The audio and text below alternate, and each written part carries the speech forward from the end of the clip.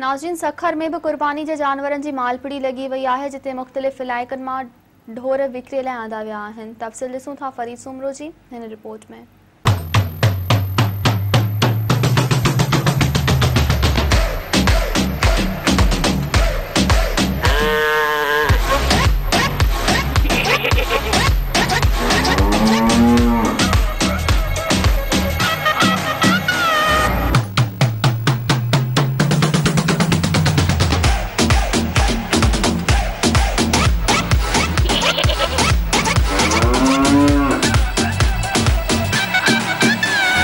असां हिन वक़्तु मौजूद आहियूं सखर जे उन मालपीड़ी ते जेका कुर्बानी जा जानवर रखिया विया आहिनि ऐं कुर्बानी जी ईद अचण जे नज़दीक जेको आहे हिते मालपीड़ी म्यूनिसिपल इंतज़ामिया पारां हई वई आहे।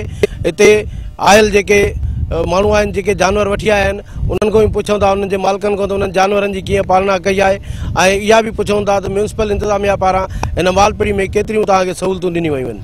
माशाल्लाह ख़रीदार ॾाढा अचनि था, माशाल्लाह फर्स्ट क्लास कमु हले पियो ऐं माशाल्लाह ख़ूबसूरत जानवर आया आहिनि, हिक खां हिकु आया आहिनि। असां वटि माशाल्लाह सभु हिन पीढ़ी पूरी में हिकिड़ो जानवर असां वटि जेको ख़ूबसूरत आहे, हिन नालो असां घोट रखियो आहे दुल्हन। हिन जो वज़न माशाल्लाह 18 खां 20 मन वज़न आहे ऐं रक़म हिन असां तक़रीबन 17 से 18 लाख रुपया घुरूं था।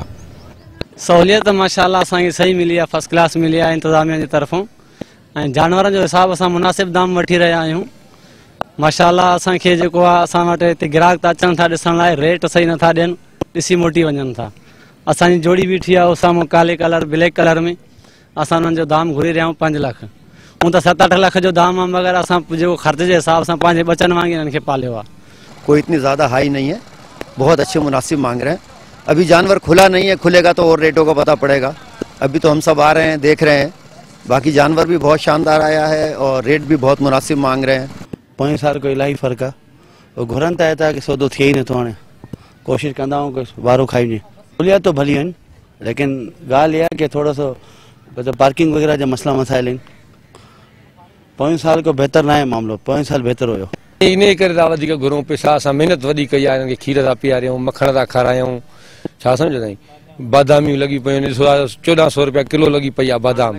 पाण बि नथा खाऊं, हिननि खे खारायूं था जानवरनि खे। क़दुरु असांजो इहे माण्हू कनि जेतिरी असां महिनत हिननि जी कयूं था।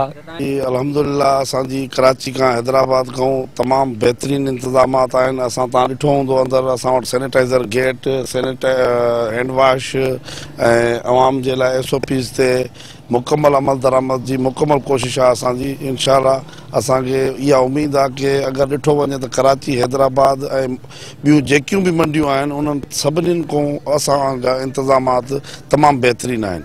मालपीड़ी में आयल जेको आहे मालिकनि जूं बि ॻाल्हियूं ॿुधियूं, जिन जानवर आंदा आहिनि उन्हनि जी जेका पालना कई आहे उन बारे में बि ॿुधायूं।